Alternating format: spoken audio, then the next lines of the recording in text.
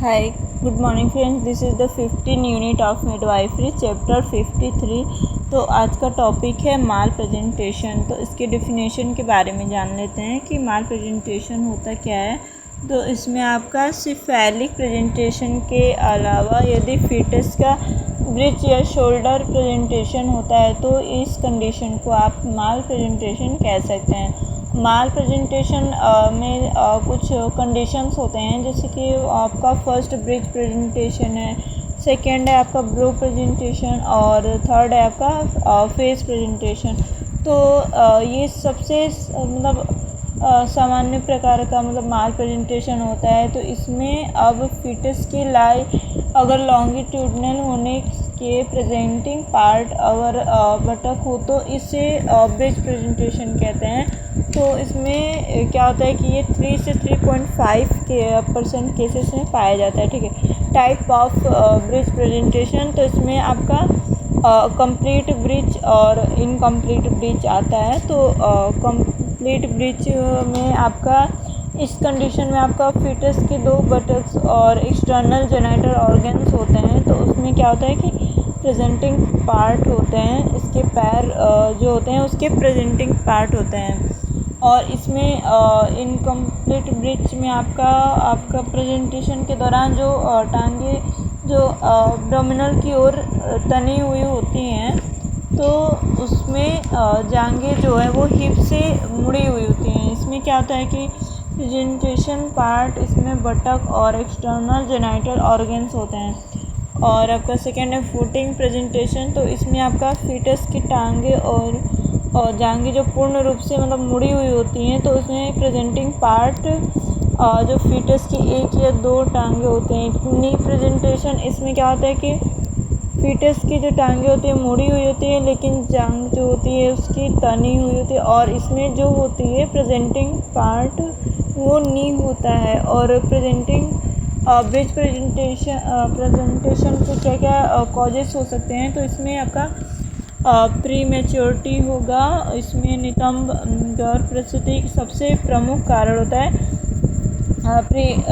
इसमें ओलिगोहाइड्रोमिनियाज और पॉलीहाइड्रोमिनियाज और होता है। और बहुप्रसवा जिसकी एब्डोमिनल भित्ति जो शिथिल हो चुकी है। और नेक्स्ट है कि जो गर्भस्थ शिशु में पाई जाने वाली जो कॉन्जेनाइटल मालफॉर्मेशन है, इसमें जैसे कि हाइड्रोसिफेली और एनासिफेली होती है। और नेक्स्ट है कॉन्ट्रैक्टेड पेल्विस होता है। नेक्स्ट है आपका जो फीटस होता है उसकी इंट्रायूटेराइन डेथ हो जाना। और उसके नेक्स्ट स्टेप पूर्व में सिजेरियन सेक्शन की हिस्ट्री होना। इसके डायग्नोसिस कैसे होते हैं। तो इसमें आपका एब्डोमिनल पाल्पेशन होगा और वजाइनल पाल्पेशन होगा और अस्कल्टेशन होगा और आपका अल्ट्रासोनोग्राफी और ब्रिज प्रेजेंटेशन होगा। तो सबसे पहले एब्डोमिनल पाल्पेशन कैसे होता है। तो फंडल ग्रिप द्वारा ये जो पता लगाया जाता है कि इसमें क्या फीटस का कौन सा भाग जो होता है वो फंडस में स्थित रहता है। और फर्स्ट पेल्विक ग्रिप के द्वारा ये पता लगाया जाता है कि इसमें यूट्रस के लोअर पोल में फीटस का कौन सा पार्ट स्थित रहता है। और वजाइनल एग्जामिनेशन की बात करें तो वजाइनल एग्जामिनेशन के दौरान दोनों ओर से इस्चियल ट्यूसिटी के बीच में एनस और उसके पीछे की ओर जो सैक्रम होता है, तो उसमें पाल्पेशन के द्वारा ब्रिज प्रेजेंटेशन की वो जो प्रेजेंट होता है तो उसका पता लगाया जाता है। और फुटिंग प्रेजेंटेशन के दौरान जो फीटस होता है तो उसके एक या दोनों पाँव वजाइना में लटके हुए फील होता है कि ऐसा। और ब्रिज प्रेजेंटेशन के दौरान जो वजाइनल एग्जामिनेशन करते टाइम कई बार गलती से फीटस का जो अनुज होता है तो उसके मुंह में और उसके पैरों में के रूप में किया जा सकता है। और यदि एग्जामिनेशन अगर ध्यान से नहीं करना है, ध्यान से करना चाहिए। और पैरों की जो एड़ियाँ हैं, जो नी है, जो एड़ी है उसको फील करना है और उसमें उसके अंदर करने में उसको सहायता मिलती है। ठीक है।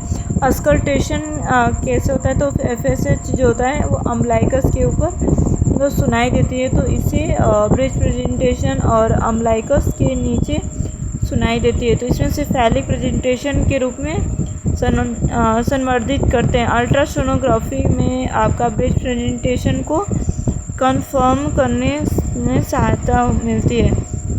इसमें कॉम्प्लिकेशन ऑफ ब्रेस्ट प्रेजेंटेशन की बात करें तो इसमें आपका मैटरनल कॉम्प्लिकेशन होगा और फीटल कॉम्प्लिकेशन होगा। और मैटरनल कॉम्प्लिकेशन में आपका प्रोलॉन्ग लेबर,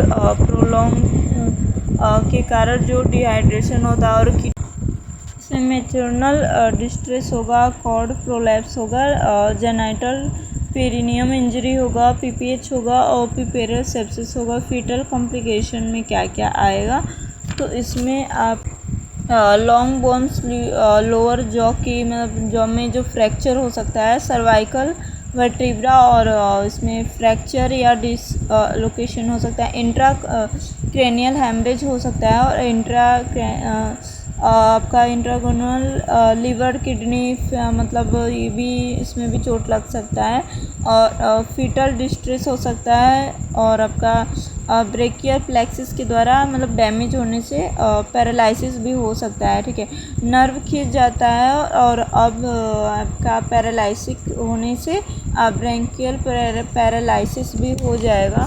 और इसमें मैनेजमेंट ऑफ ब्रेस्ट प्रेजेंटेशन की बात करें तो आपका ब्रेस्ट प्रेजेंटेशन को डायग्नोसिस करना है, और इसमें जो कॉम्प्लिकेशन है तो ब्रेस्ट प्रेजेंटेशन का मतलब पता करना, और फीटस की डिलीवरी का सिजेरियन सेक्शन करना होता है। और आपका सिफेलिक एक्सटर्नल सिफेलिक वर्जन के द्वारा मतलब फीटस के जो हेड होता है इसमें यूट्रस के लोअर पोल में लगाना, और एक्सटर्न सिफेलिक के निषेध होने या असफल होने पर फीमेल की जो डिलीवरी है वो सिजेरियन सेक्शन या वाजाइनल ब्रीच या डिलीवरी करना। ब्रीच ब्रो प्रेजेंटेशन में क्या होता है, तो जब और ये गर्भ शिशु के सिर का मतलब आगे का फॉन्टेनल और ग्लोवेलल के मतलब बीच का जो आगे का भाग होता है और गर्भ प्रस्तुति अंग होता है, इसकी जो मतलब ब्रो प्रेजेंटेशन होता है, इसी को ब्रो प्रेजेंटेशन आप कह सकते हैं। और इस कंडीशन में क्या होता है कि जो हेड होता है तो उसका एटीट्यूड आंशिक रूप से या मतलब फैला हुआ होता है, और इसका प्रकार जो होता है वो सिर्फ मुड़ी हुई होती है। ठीक है, और इसमें क्या होता है कि फैले मतलब विस्तारित होने के बीच में जो भी इसमें इस कंडीशन में होता है, तो इसमें ब्रेस्ट प्रेजेंटेशन बहुत ही मतलब कम मामलों में, विरले मामले में पाई जाती है। ठीक है, और इसमें ब्रेस्ट प्रेजेंटेशन के क्या क्या कॉजेस होते हैं, तो इसमें क्या होता है कि एब्डोमेन का लटका हुआ एब्डोमेन, ये जो मतलब इसमें जो प्रॉब्लम होता है सामान्यतः आपका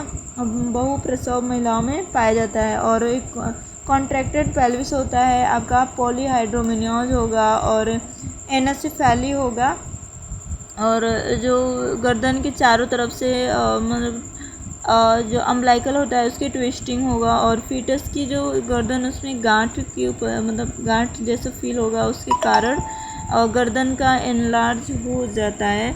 और इसमें डायग्नोसिस कैसे होता है, तो आपका ब्रो प्रेजेंटेशन का जो मतलब डायग्नोसिस होता है तो वो लेबर के मतलब पहले काल में ही मतलब किया जाता है। इसका जो डायग्नोसिस होता है तो मतलब लेबर प्रक्रिया के स्टार्ट होने के बाद ही मतलब ये संभव होता है। ठीक है, एब्डोमिनल पाल्पेशन में आपका क्या होता है कि एब्डोमिनल पाल्पेशन करने पर अधिक बड़ा और अधिक ऊंचाई मतलब बहुत ज़्यादा ऊंचाई दिखाई देने को मिलता है, और अच्छे से गर्भ मतलब इसमें गर्भाशय संकुचन के बावजूद जो फीटस होता है उसका सिर पेल्विस में मतलब प्रविष्ट नहीं होता है, यानी कि अंदर नहीं जाता है। वजाइनल एग्जामिनेशन में आपका उसके दौरान पेल्विस को एक एंटीरियर फॉन्टेनल और दूसरे क्या होते हैं कि ऑर्बिटल किनारे फील किए जा सकते हैं।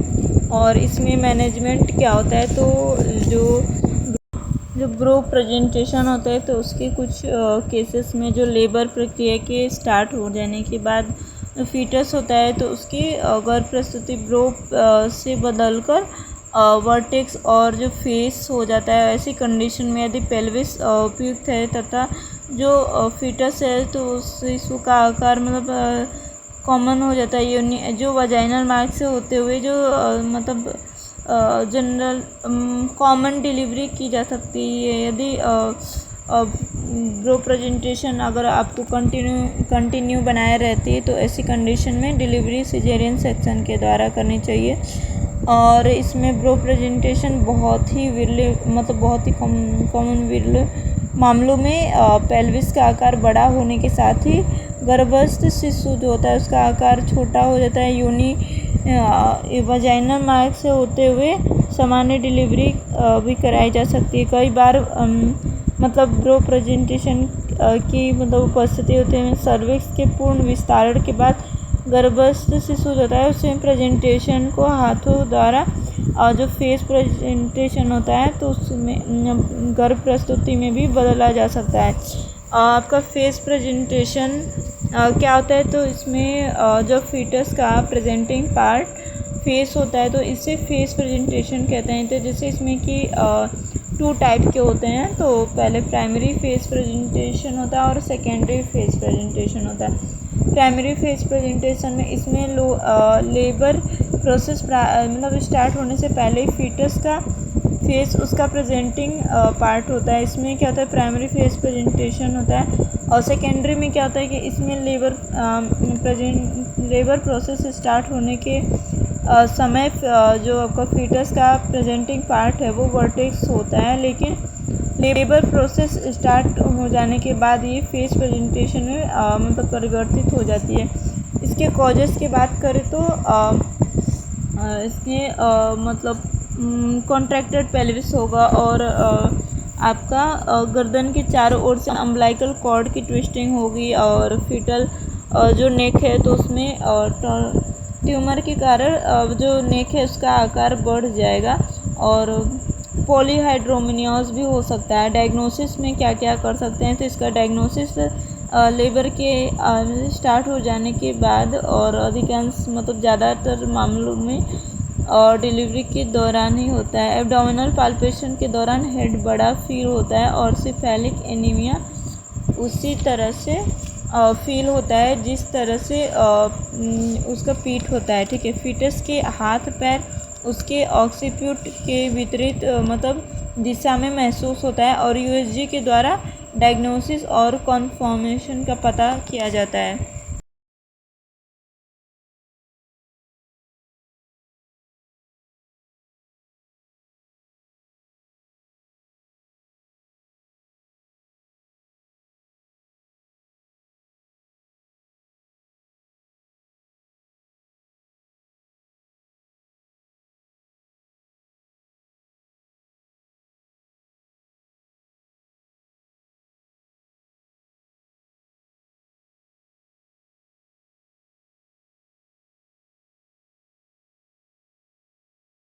मैनेजमेंट की बात करें तो प्रेग्नेंट वुमेन और उसके फीटस की लगातार मॉनिटरिंग करते रहना है और कॉन्ट्रैक्टेड पेल्विस और सिफेलोपेल्विक डिस्प्रोपोर्शन में मतलब इसकी कंडीशन का ऑब्जर्वेशन करना है। और फीमेल में क्या होता है कि प्री एक्लेम्सिया और एल्डरली प्रीमिग्रेविडा प्रीवियस सीजेरियन सेक्शन की हिस्ट्री और आपका हाइपरटेंशन आदि की मतलब कंडीशन के लिए ध्यान मतलब बारीकी से ऑब्जर्वेशन करना है। और ड्यूरिंग लेबर प्रोसेस आपको स्टेराइल टेक्निक का यूज़ करना है। मेम्ब्रेन्स के रप्चर हो जाने के बाद आपको कॉर्ड प्रोलैप्स के लिए वजाइनल एग्जामिनेशन करना है। और मैटरनल डिस्ट्रेस और foetal distress contracted pelvis macrosomia present है तो इसमें सिजेरियन सेक्शन द्वारा मतलब कर देनी होती है। और if you like this video please like से subscribe after watching my video. Bye guys.